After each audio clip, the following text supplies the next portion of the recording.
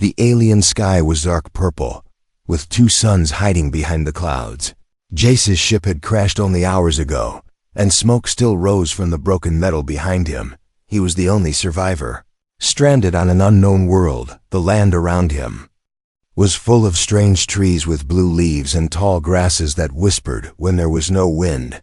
Every sound made his heart beat faster. But he didn't stop walking. He needed shelter, food, and water. His suit was damaged, and night was coming. Soon, as he walked deeper into the jungle, he heard stories from his radio before it broke, stories about the apex. Locals had warned the human fleet never to land here. This jungle belongs to the apex, they said, and the apex does not share. Jace didn't know what the apex looked like, only that it was fast, strong, and impossible to tame. They called it the king of the jungle, the beast that hunted even in daylight. But Jace had no choice. He had to keep moving. He found a small cave near a waterfall and decided to rest for the night. Just as he lit a small fire using old wires and rocks, he felt something watching him. The air grew cold, the fire flickered, and even the insects went silent. Then he heard it, a low growl from behind the trees. Jace turned slowly, heart pounding. Red eyes stared at him from the shadows, large and full of hunger. The beast stepped forward, its fur black as night, its body thick with muscle, claws as long as knives. It was the apex. Jace knew running would be useless. He remembered something his grandfather once said: "Sometimes you don't fight the lion, you speak to it." So he knelt on one knee and pulled a food ration from his pocket. With slow hands, he placed it on the ground and looked down, showing he meant no harm. The apex paused, confused. No one had ever acted like this before. The beast sniffed the air, its nose twitching. It took one step closer, then another. Jace didn't move, didn't breathe too loud. The apex sniffed the food, then looked at the human. It could kill him in 1 second, crush his bones, tear his throat, but it didn't. Instead, it sat down slowly and began to eat the ration with calm, sharp bites. Jace let out a breath, not believing what he was seeing. He spoke softly. "You're not what they say you are you?" High up in the trees, someone else was watching. A young alien girl named Tari, a warrior of the Varnari people. She had been hunting near the jungle's edge when she saw the fire. When she saw the human, she almost sounded the alarm, but then she saw the apex. Her eyes widened as she watched the beast sit calmly beside the human. It made no sense. The apex killed anything that moved, even their strongest hunters. But not this human, she whispered to herself. He tamed it? Jace looked at the beast again, this time with curiosity instead of fear. It didn't growl, didn't bite, just looked at him with calm, intelligent eyes. He slowly reached out a hand, stopping inches from its fur. The beast leaned closer, sniffed his hand, and gently nudged it. Jace smiled. "I'll call you Shadow," he said. The apex blinked once, then turned and walked back into the jungle. Disappearing like smoke, Tari stayed hidden, heart racing. She had to tell the elders what she saw, but they would never believe her. No one had ever made contact with the apex and lived. This human had done the impossible. She had no idea who he was. But now she wanted to find out. The jungle grew quiet. Again, Jace sat by the fire, confused and amazed. He didn't know it yet, but his actions had started something huge. Something that would change the future of this planet forever. And far away, deep in the jungle, other red eyes blinked in the dark. Other apex beasts had seen what happened, and for the first time in years they did not see a threat. They saw something new, something they didn't understand. A human who wasn't prey, but something else entirely. The apex sniffed the food, then looked at Jace with strange curiosity. Its red eyes blinked slowly, as if deciding whether to eat or kill. Jace stayed perfectly still, his hands open and empty. The jungle around them was silent. Even the birds didn't make a sound. Then, slowly, the beast lowered its head and took the food. It chewed while staring at Jace, as if testing his courage. Once finished, it gave a soft growl, not angry, but deep, almost like a purr. Jace let out a shaky breath. Still alive, still in one piece. He didn't know why the apex spared him. Maybe it was the food. Maybe it was his calmness. Or maybe something deeper. That night, Jace stayed near the cave but didn't sleep much. He kept the fire low and his movements slower. Before dawn, he heard the soft crunch of paws again. He looked up and saw the apex standing there, just watching. Jace reached into his pack and offered more food. The apex stepped forward, closer this time, and took it from his hand. For 3 days this continued. The beast would come at night, take food, and stay for a few minutes. Sometimes it would sit. Sometimes it would circle him, but it never attacked. Jace began to talk to it softly, calling it Shadow, because it moved like one. The beast seemed to listen, ears twitching at certain words. Jace smiled when it followed a word with a movement. When he said, "Sit," the beast lowered itself. Slowly, when he said, "Stay," it didn't follow him as he walked a few steps away. This was not just a wild animal, it was intelligent, unseen by both of them. Someone else had been watching. Tari, a young alien warrior from the Varnari tribe, hid among the trees. She had followed the human since the first day he entered the jungle. She didn't trust outsiders, and especially not humans. But what she saw confused her deeply. No one had ever come close to the apex and lived. Not even her brother, who once led a hunting party that vanished without a trace. Yet this human sat beside the creature like it was a friend, feeding it, petting it, talking to it, as if it were a lost dog. Tari returned to her tribe and told the elders what she saw. But they laughed, saying the human would soon be bones in the dirt. She insisted, begged them to listen, but no one believed her, so she went back alone, night after night, watching from the shadows. Each time she grew more confused and curious. The beast was becoming more than just tame, it was loyal. It followed Jace through the jungle, protected him from snake-like creatures, even let him ride on its back for short moments. Tari finally stepped out from behind the trees one morning, unable to stay silent any longer. Jace had just finished giving Shadow a drink from a nearby stream when he heard a soft voice behind him. "How are you alive?"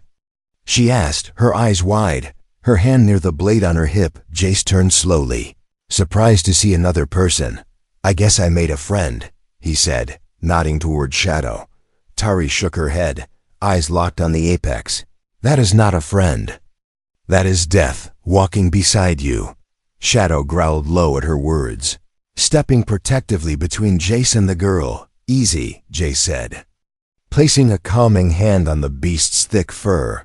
Tari was both afraid and fascinated. She took one slow step forward, trying to understand what she was seeing. The beast didn't attack, just watched her carefully. "You're not controlling it," she whispered. "You're speaking to it." Jace nodded. "Something like that." Before more could be said, the ground shook beneath their feet. A loud roar echoed through the trees, much deeper and louder than anything they had heard before. The birds flew away, and even Shadow turned sharply, ears raised, from the jungle's darkest path. Another beast stepped out, larger, meaner, and covered in scars. Its mouth dripped with thick green saliva, and its eyes burned like fire. Shadow growled, stepping in front of Jace again, ready to fight. Tari drew her weapon, her hands shaking. "This is bad," she said quietly. "This one doesn't listen to anyone." The new creature charged, jaws wide and fast like lightning. Jace fell back, hitting the ground hard as Shadow and the beast clashed with a crash of claws and teeth. Tari tried to aim her blade but froze. Unable to get close, Jace saw her fear and yelled, "Throw something. Distract it." She picked up a heavy rock and threw it with all her strength, hitting the beast's side. For 1 second, it turned its head enough for Shadow to strike deep into its neck. Blood sprayed, the creature screamed, and then fell, shaking the ground. As it died, Jace stood, breathing hard, staring at the body. Shadow was wounded but still standing, still protecting. Tari looked at the human and the beast, then back at the jungle. Everything she knew about monsters and humans had just changed. Shadow stood over the dead beast, blood dripping from his fangs. His sides rose and fell quickly. His wounds deep but not deadly. Jace moved to him at once, ignoring the fear, and gently placed his hand on the beast's shoulder. Shadow leaned into the touch, his breath calming, his growls fading into quiet. Tari stepped forward slowly, eyes still wide, blade still shaking in her hand. She had never seen anything like this, not in her tribe, not in the wild, not even in stories. Jace turned to her, dirt on his face, sweat on his brow. "You helped us," he said, voice low but honest. Tari nodded slowly, still trying to believe her own eyes. "Why does it listen to you?" she asked, staring at the massive creature beside him. "I think it trusts me," Jace answered. "I never tried to hurt it." Tari crouched beside the other beast, the one that attacked. It was still warm, its body twice the size of Shadow's, covered in cuts and scars. "This one was a pack leader," she said, "strongest of the jungle, and Shadow beat it," Jace replied, glancing at his friend. Tari looked at him sharply. "No, you don't understand. These beasts don't have leaders unless something changes them." She stood, brushing dirt from her knees, her voice suddenly heavy. "If this one came so far out of its hunting ground, it means more are coming." Jace helped clean Shadow's wounds using water and pieces of cloth from his torn uniform. The beast didn't flinch, didn't growl, just stood still and let him help. Tari watched all of it in silence, her eyes now filled with more questions than fear. Her tribe would never believe her, but she knew what she saw. She asked Jace where he learned to handle creatures like this. Jace laughed softly. "I used to train wild dogs back on Earth. Maybe that helped." Tari didn't know what dogs were, but she could tell this wasn't luck. There was something different about this human, something strange and powerful, not in muscle or weapons, but in heart, in how he looked at the beast with kindness, instead of fear. As the sky turned red from the setting suns, Tari asked Jace to follow her. She said her tribe needed to see this with their own eyes. Jace agreed, but only if Shadow could come too. Tari hesitated, then nodded. "If he stays." "Come, maybe they won't attack." The three of them moved through the jungle together, Jace walking beside Shadow, Tari a few steps ahead, always watching, always alert. As they reached the cliff that overlooked the Varnari settlement, Tari paused. Below them were tall stone towers, glowing fires, and hundreds of armed warriors moving between huts. She turned to Jace and warned him, "They won't welcome you right away." Jace simply nodded. "I've had worse greetings." Together they walked down the slope, Shadow close behind, silent like a shadow in the dark. They didn't get far before the alarm horns rang out. Warriors rushed toward them, weapons drawn, shouting in panic. Some aimed spears at Shadow, others at Jace, yelling words he didn't understand. Tari stepped in front of him and shouted, "Wait! He's not our enemy!" The warriors stopped but didn't lower their weapons. Their eyes locked on the massive black beast beside the human. Then the crowd parted, and a tall warrior stepped forward, armor shining, scars on his face like lightning. Tari stiffened. "That's my brother," she whispered. "General Kale." Kale looked at her, then at Jace, and finally at Shadow. "What is this madness?" he demanded, his voice full of anger and disbelief. Tari tried to explain, but Kale raised a hand. "You brought a human here with a beast of death at his side." "He saved my life," Tari said firmly. "And he tamed the apex." The warriors laughed, some in disbelief, others in fear. Kale stepped closer to Jace and stared into his eyes. "I don't know what trick you used," he said coldly, "but beasts don't love, and monsters don't become pets."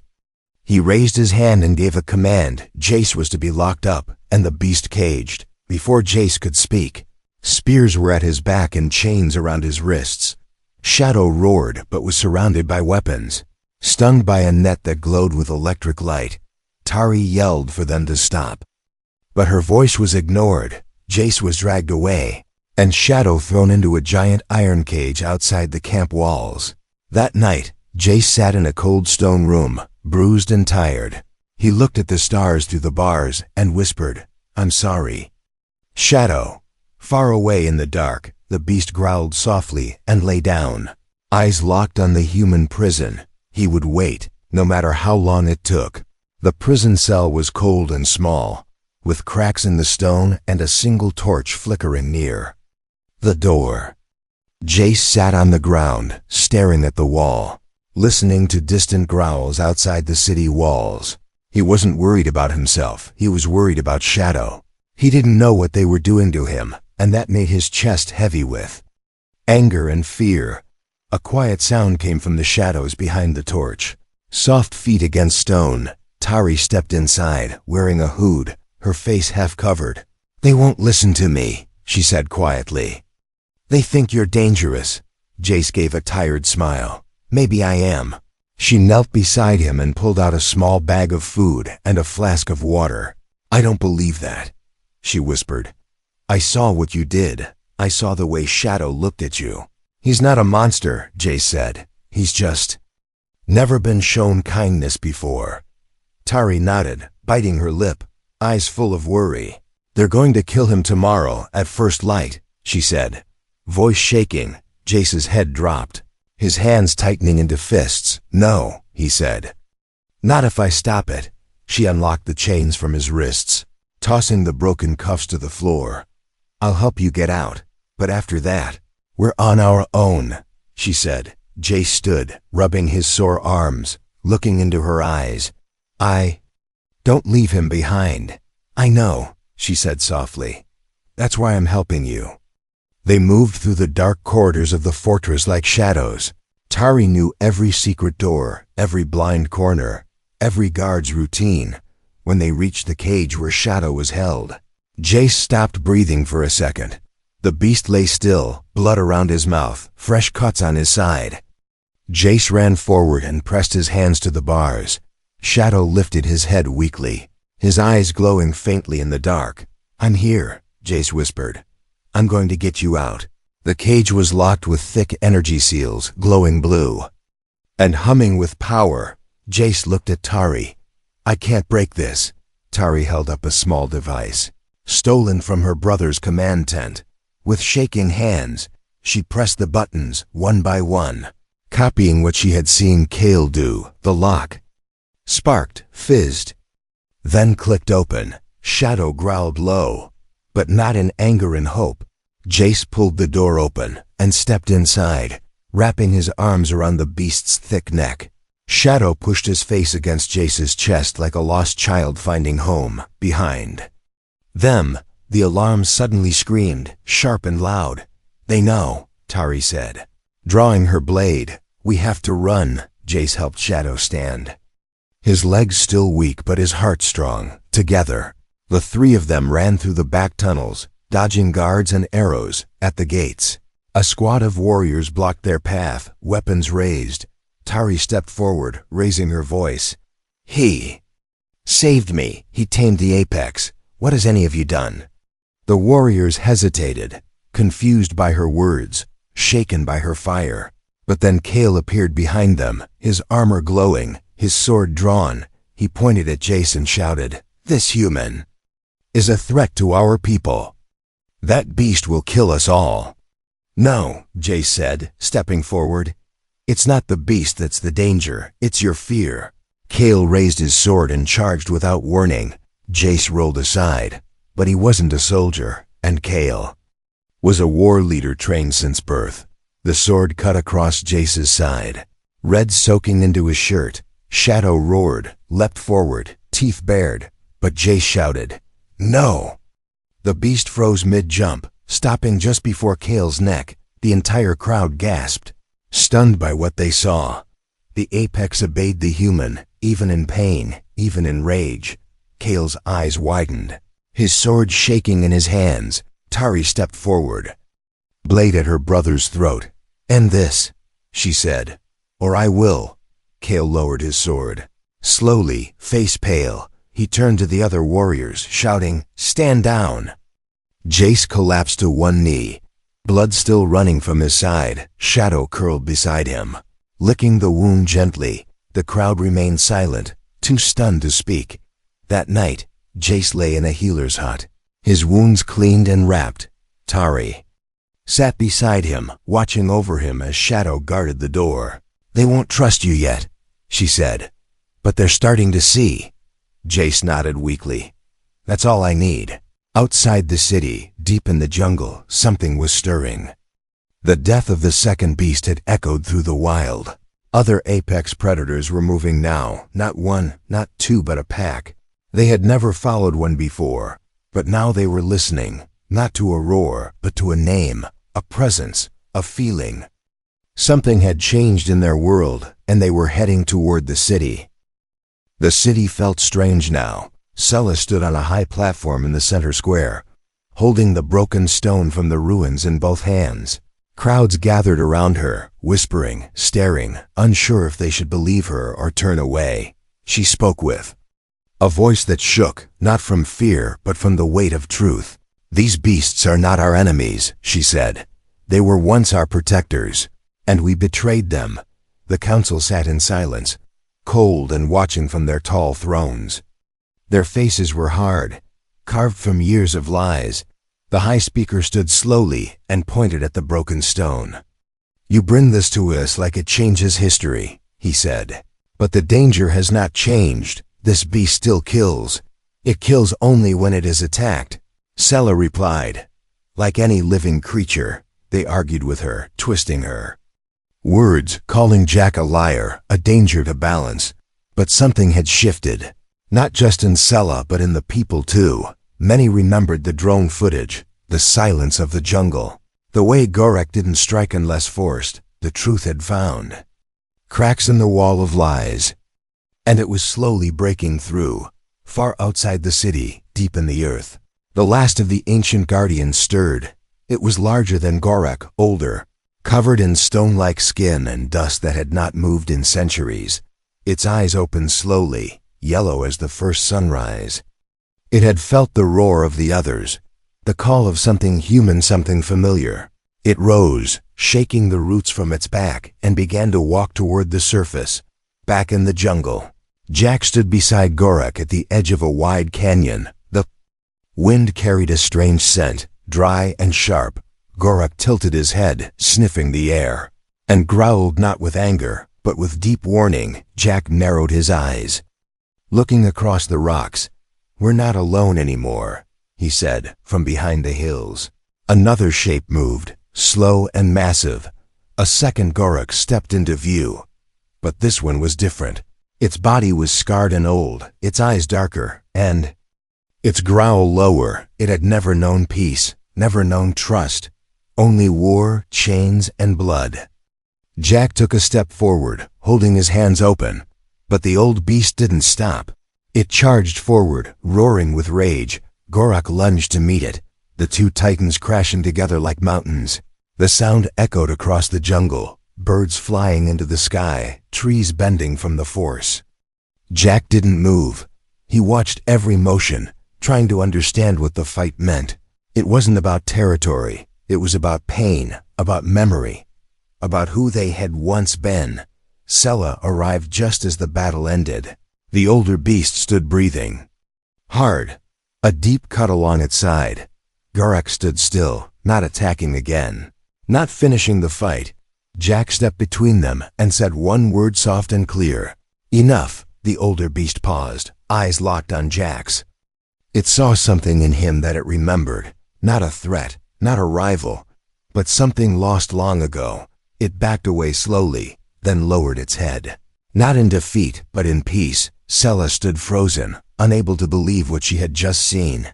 Two apex predators, stopping their fight because one human asked, "How are you doing this?" she whispered. Jack looked at her, his eyes tired but full of something deep. "I'm not doing anything," he said. "They're just choosing to listen." Back in the city, the council panicked.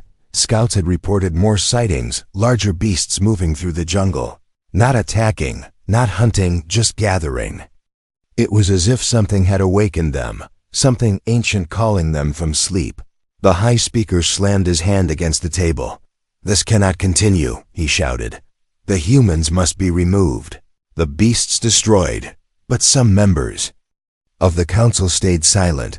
A few looked down, troubled by doubt for the first time in decades. The lies were cracking, and even they could hear it. The jungle was no longer quiet. At sunset, Jack sat beside Gorok on a cliff, watching the trees sway in golden light. Sela sat nearby, her hands wrapped around a warm cup. "I don't know what's coming," she said softly. Jack didn't answer at first. Then he said, "Something big." Far below, in the heart of the jungle, the ground trembled. The final guardian was awake now, and it was walking toward the city, not to destroy it, but to see if anything good was still alive inside. The jungle no longer whispered, it marched. The ground trembled as giant shapes moved under the trees, slow and steady, like mountains learning to walk. From every corner of the wild, beasts that had not been seen in generations were rising. They followed no banner, no king, no promise of blood. They followed a feeling, an echo from the past. Something old had spoken to them through Jack. And they were answering. In the city, the streets were silent. People stood on rooftops and balconies, watching the tree line beyond the walls. They felt the earth shift, saw the birds flee. But what frightened them most was the fact that the beasts did not roar. They were not charging. They were not attacking. They were simply coming. Jack stood outside the eastern gate with Sela and Gorok at his side. Behind him were the ruins of the old stone path, half buried in vines, leading back to the forest. The guards at the wall aimed their weapons at him, waiting for the command to fire. But none came. Sela raised her voice, loud and clear. "We have one last chance to listen," she said. "Not with weapons, but with hearts." On the walls, some of the younger guards hesitated. They had grown up hearing about beasts that ripped through cities and humans who brought only chaos. But now they saw Jack unarmed, calm, standing beside a monster that should have destroyed them all. Inside the council hall, panic ruled. Reports came in one after another. Beasts had reached the northern towers, the southern hills, the old rivers that marked city borders, but none had attacked. The high speaker shouted to launch the missiles, to call the airships. But something had changed even within the council. 3 of the elders refused to give orders, their eyes hollow with fear. One of them whispered, "They're not invading. They're watching us." At the gate, Jack stepped forward, placing a hand on Gorok's shoulder. He looked at the soldiers above and said just one line, "We came to remember who we were." Then, from the shadows behind the hills, the largest of them appeared. The ancient guardian, older than any living memory, stepped into view. Its head rose above the city wall, its skin like cracked stone, eyes burning like slow fire. The city gasped in one voice. The high speaker finally gave the order, "Fire," but no shots came, no weapons launched. Because the systems had gone dark, across the towers, screens blinked and controls froze. The ancient energy buried beneath the city had been awakened, and it didn't listen to men anymore. Sela turned to Jack, her voice barely above a breath. "What do we do now?" Jack looked at the guardian, then at the people on the walls. "We let them choose." The great beast stepped forward once, and then stopped. Its eyes scanned the city, not in anger, but in judgment, and slowly it knelt. One by one, the other beasts followed, their massive forms bowing to the earth, not in surrender, not in weakness, but in peace. A small child climbed onto the gate, holding a white cloth tied to a stick. She waved it slowly, hands shaking, and then slowly. Other people stepped out from homes, from behind walls. They dropped their weapons, their fear, and watched the impossible become real. Gorok sat beside Jack, eyes calm, tail curling around his feet. Sela stood in silence, tears in her eyes, not because she was afraid, but because she had never seen something so powerful. Choose kindness. Far behind the walls, in the deep chambers of the council hall, the high speaker stood alone. Everyone else had left. He stared out the window, watching the beasts settle like living statues. He knew it was over, not just for him, but for the old ways. The lies had burned out, and the truth now stood taller than stone. That night, no fires were lit, No sirens wailed, just silence. And in that silence, something new was born. Not a treaty, not a speech, but a quiet respect. And in the heart of the jungle, others listened, not just the beasts, but something deeper still, because when peace returns to a world that forgot it, even the oldest spirits awaken. The city had never been so quiet, not from fear, but from awe. The beasts that once lived in legends now stood at the edges of the walls, unmoving, patient, watching. People didn't scream, they didn't run. They stepped outside their homes and looked the creatures in the eye, and saw that monsters were not always what they seemed. Jack stood in the main square, sunlight glowing behind him. Gorak rested at his side, massive head low to the ground, tail still, breath deep.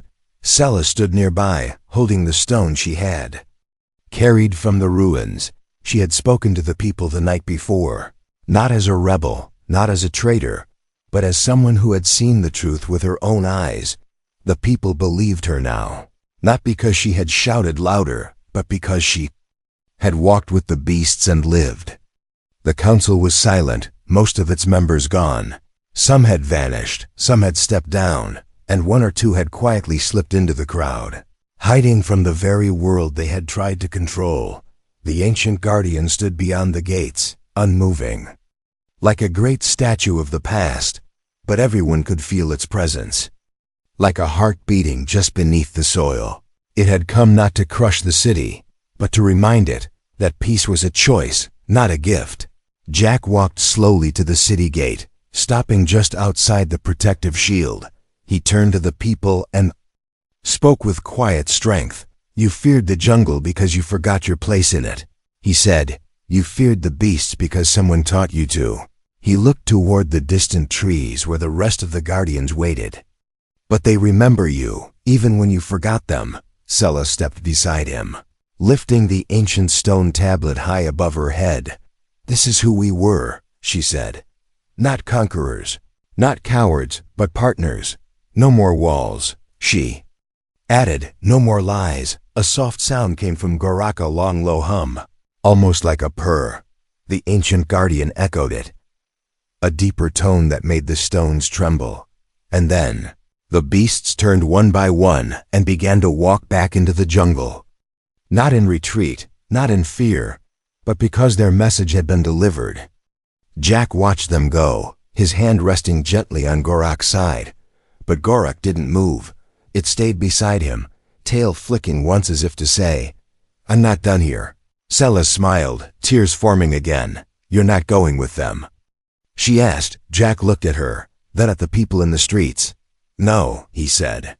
There's still work to do here. People stepped forward, slowly, cautiously. A child approached Gorak with a small piece of fruit. The beast leaned down, sniffed, and took it gently between its teeth. The crowd gasped, then laughed, the sound of fear breaking into something warmer, hope. The child turned to Jack, eyes wide. Did you tame it? She asked. Jack knelt beside her, his voice soft. No, he said. It chose to walk with me. Sela looked at the sky as the clouds broke open to soft golden light. A new day, a new world. No one could erase the past, but now they could build something better from it. Something honest, something wild, something shared. The old jungle would not be cut down. The beasts would not be hunted. Instead, paths would be made not for war, but for walking side by side. Legends would change. Children would grow up learning the truth, that the beasts were not enemies. They were friends waiting to be remembered. And somewhere deep in the forest, the last guardian turned its head one final time. Its eyes glowed once in the shadows, not in warning, but in pride, because humanity had not just returned, it had listened. And for the first time in many lifetimes, the jungle finally whispered, "Welcome back."